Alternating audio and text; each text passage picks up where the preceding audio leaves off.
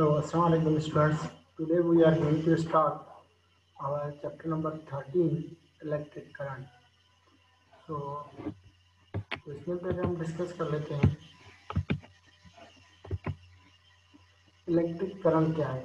तो electric current क्या है? The rate of flow of electric charges through the cross section of a conductor is called electric current. ये तो हो गई डेफिनेशन। तो अब डेफिनेशन को थोड़ा सा एक्सप्लेन कर लेते हैं ताकि आपको क्लियरली समझ में आ जाए।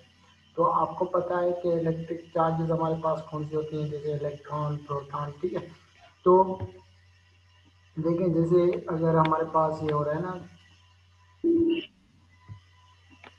कि देखें, जैसे हमारे पास ये हो रहा है कि इलेक्ट्रिक चार्जेस मूव कर रही हैं यहाँ से नेगेटिव चार्जेस या फिर पॉजिटिव चार्जेस किसी एरिया सेक्शन से, तो वो हमारे पास क्या आ रहा है, करंट फ्लो हो रहा है ना।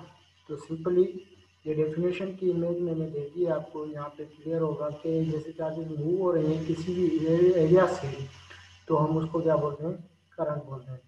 तो इसकी जो मैथमेटिकल इक्वेशन होगी कि current is equal to Q upon time. तो क्यू हमारे पास है चार्जेस, मीन्स किसी टाइम यूनिट में कितनी चार्जेस किसी एरिया से, किसी कंडक्टर के एरिया से कितनी पास हो रही हैं, वो होगा हमारे पास करंट।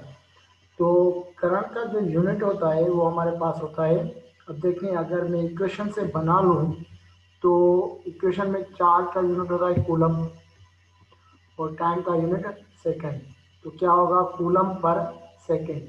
तो मीन्स इसी इक्वेशन से देखें कि हमने ये यूनिट बना लिया कि coulomb per unit charge, means coulomb upon second.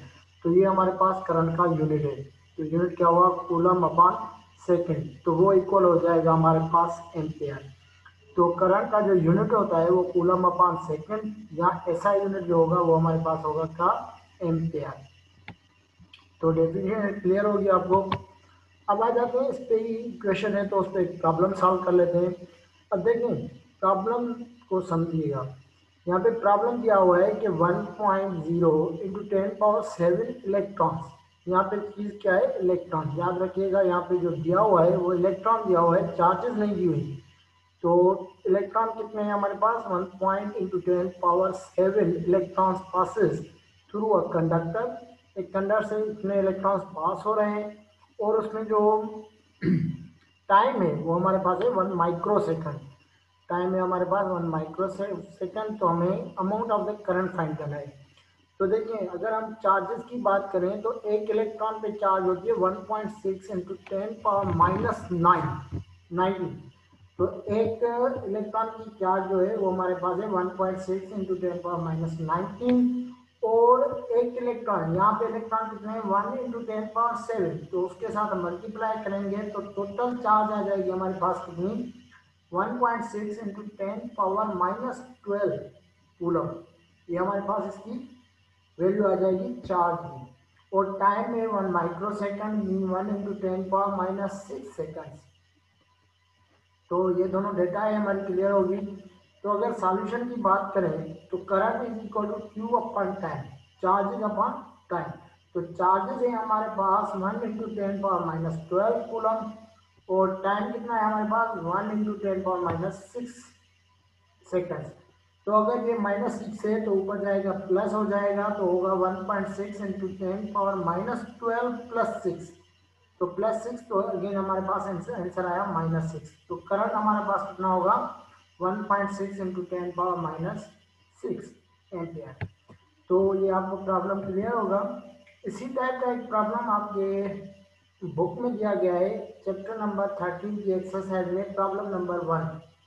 तो वो आपका होमवर्क में होगा, वो आप सॉल्व करके मुझे सेंड कर दीजिए।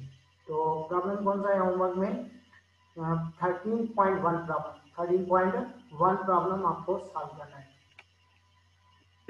तो आ जाते हैं डायरेक्शन ऑफ द करंट। ये हमारे पास मेन पॉइंट है, डायरेक्शन ऑफ द करंट। क्योंकि करंट की डायरेक्शन क्या होगी, इलेक्ट्रिक करंट जो है हमारे पास वेक्टर क्वांटिटी है। तो जो वेक्टर क्वांटिटी होगी तो उसकी कोई ना कोई डायरेक्शन तो होगी। तो इसमें जो हम पढ़ते हैं वो 2 डायमेंशन होती हैं, 2 डायरेक्शन होती हैं।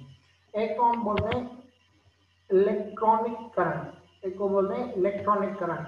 इलेक्ट्रॉनिक करंट लफ्ज़ से जाहिर है जो इलेक्ट्रॉन से लिया गया हो ना, तो सिंपल वो क्या होगा, वो करंट जहाँ से चार्जेस मूव करें negative side to positive side, negative terminal से लेकर पॉजिटिव टर्मिनल में मूव करें, उसको हम बोलते हैं इलेक्ट्रॉनिक करंट।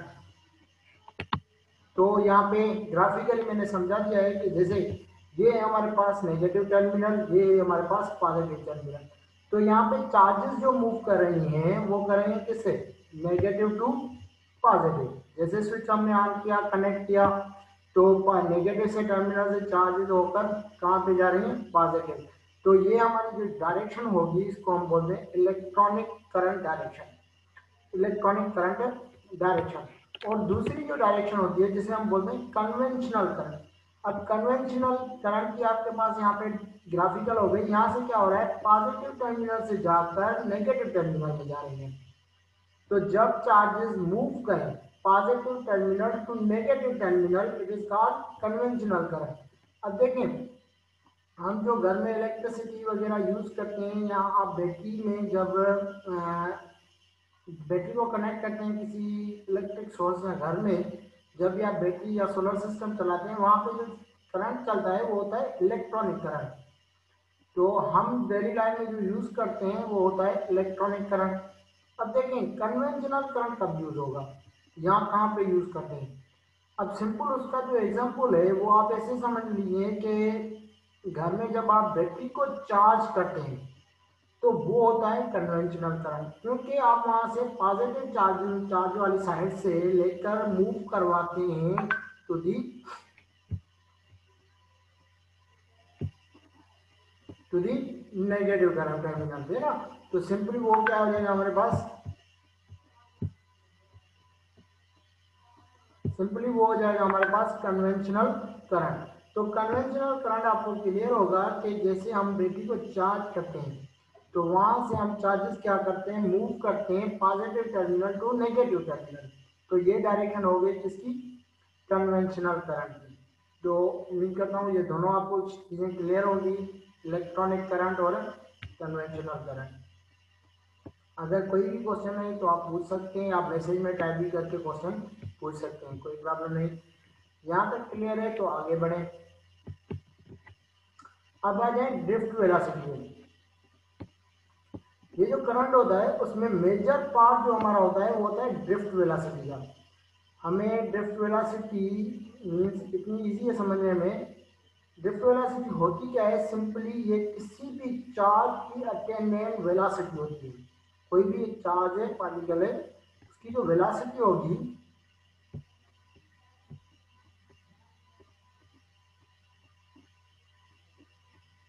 ये लगता है कन्वेंशनल करंट को थोड़ा सा अगेन समझ लेते हैं। कन्वेंशनल करंट क्या है, सिंपली टू डायरेक्शन हो गई, एक चार्ज मूव करे नेगेटिव टर्मिनल टू पॉजिटिव, उसको हम बोलते हैं इलेक्ट्रॉनिक करंट। और कन्वेंशनल में क्या होगा कि पॉजिटिव टर्मिनल से लेकर नेगेटिव टर्मिनल पे चार्जेस मूव करें।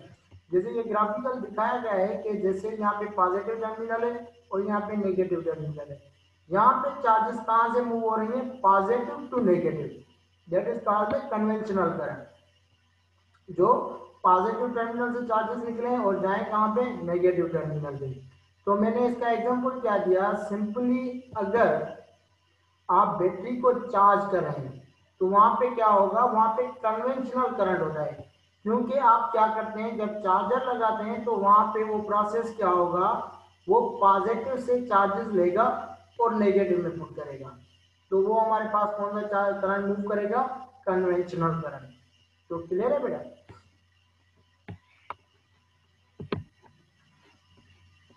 आ जाते हैं ड्रिफ्ट वेलोसिटी पे। तो ड्रिफ्ट वेलोसिटी क्या है हमारे पास, अगेन मीन्स कोई भी चार्ज पार्टिकल है वो कोई वेलोसिटी अटेंड करता है, कोई भी चार्ज पार्टिकल कोई एवरेज वेलोसिटी अटेंड करता है तो उसे हम बोलते हैं ड्रिफ्ट वेलोसिटी। तो सिंपली अगर मैं बात करूं इलेक्ट्रॉनिक करंट में या करंट में कि ड्रिफ्ट वेलोसिटी का क्या मकसद है, सिंपली यहाँ पे कुछ फ्री इलेक्ट्रॉन्स होते हैं जो मूव करते हैं। अब वो क्या करते हैं, जब उनको हम थोड़ी सी हाई एनर्जी दे देते हैं, फ्री इलेक्ट्रॉन्स को हाई एनर्जी दे देते हैं, तो वहां पे जो फिक्स्ड इलेक्ट्रॉन्स हैं वो उनको मीन्स फोर्स लगाते हैं ताकि वो मूव करें। जैसे ही वो मूव करेंगे तो क्या होगा, हमारे पास इलेक्ट्रॉन स्टार्ट होना शुरू करेगा। तो सिंपली जैसे हमारे पास यहाँ पे ग्राफिकली दी गई है, यहाँ पे देखें ये जो स्मॉल पार्टिकल्स हैं वो फ्री इलेक्ट्रॉन है, हमने उनको एनर्जी दी है। अब वो क्या कर रहे हैं, लार्ज इलेक्ट्रॉन्स को हिट कर रहे हैं जो रेस्ट वाली सूरत में पड़े हैं। तो जैसे ये हिट करेंगे तो इनमें एनर्जी कन्वर्ट होगी, मीन्स जहाँ जैसे इसमें एनर्जी पुट होगी मीन्स वो क्या करेंगे, अब वो मूव होना शुरू करेंगे। जैसे ही वो मूव होना शुरू करेंगे तो हमारे पास क्या होगा, करंट फ्लो स्टार्ट हो जाएगा। तो ये भी आपको क्लियर होगा कि ड्रिफ्ट वेलोसिटी। अब देखें एक चीज मैं बता देता हूँ कि जो ड्रिफ्ट वेलोसिटी इलेक्ट्रॉन में नीड होती है इलेक्ट्रॉन को मूव करने के लिए, वो होती है 0.001 मीटर पर सेकेंड। ये सिंथेटिक्स में लिखा हुआ है। जो वेलोसिटी है ड्रिफ्ट वेलोसिटी किसी भी फ्री इलेक्ट्रॉन की, वो क्या है 0.001 मीटर पर सेकेंड। इतनी ड्रिफ्ट वेलोसिटी हमें उसको इतनी एनर्जी देनी पड़ेगी ताकि वो दूसरे इलेक्ट्रॉन को मूव करने पे मजबूर कर दें। और पंजाब टेक्स्ट में इसकी जो वैल्यू लिखी हुई है वो लिखी हुई है 0.0001 मीटर पर सेकेंड। मीन्स थोड़ा सा डिफरेंट है, मीन्स सिंध टेक्स्ट में अलग वैल्यूज लिखी हुई हैं और पंजाब टेक्स्ट में अलग। तो एग्जैक्ट वैल्यू मुझे पता नहीं है क्योंकि बुक्स में कोई 0.001 लिख रहा है तो कोई 0.0001 लिख रहा है। तो सिंपली ड्रिफ्ट वेलोसिटी का जो मेन कॉन्सेप्ट था वो यही था कि जो दूसरे इलेक्ट्रॉन्स को मजबूर कर दें मूव करने के लिए। तो ऐसे ही समझिए अगर 0.001 हो या 0.0001 हो तो वो अप्रोक्सीमेटली वैल्यू कितनी हो जाती है हमारे पास, जीरो। तो इसीलिए मैंने यहाँ पे लिख ली है resulting in an average velocity of the zero. तो जो ड्रिफ्ट वेलोसिटी है वो अप्रोक्सीमेटली जीरो होती है। तो ये ड्रिफ्ट वेलोसिटी का कॉन्सेप्ट था। अगर कोई भी क्वेश्चन है तो आप पूछ सकते हैं। तो आज का टॉपिक यहीं पे खत्म करते हैं। नेक्स्ट टॉपिक जो हमारा होगा वो होगा ओहम्स लॉ पे। तो याद रखिएगा ओहम्स लॉ इंपॉर्टेंट टॉपिक है और थोड़ा लेंथी भी है, इसको समझने में थोड़ा टाइम लगेगा, इसलिए आज इसको यहीं पे खत्म करते हैं ड्रिफ्ट वेलोसिटी पे। अगर कोई भी क्वेश्चन हो तो आप पूछ सकते हैं। और अपना सारा होमवर्क मैंने होमवर्क दे दिया है आपको। होमवर्क क्या था, 13.1 में जो problem number 1 exercise problem number 1 है वो आपको सॉल्व करना है। सॉल्व करके मुझे सेंड कर दें, ग्रुप में सेंड कर दें। हैव अ गुड डे, अल्लाह हाफिज़।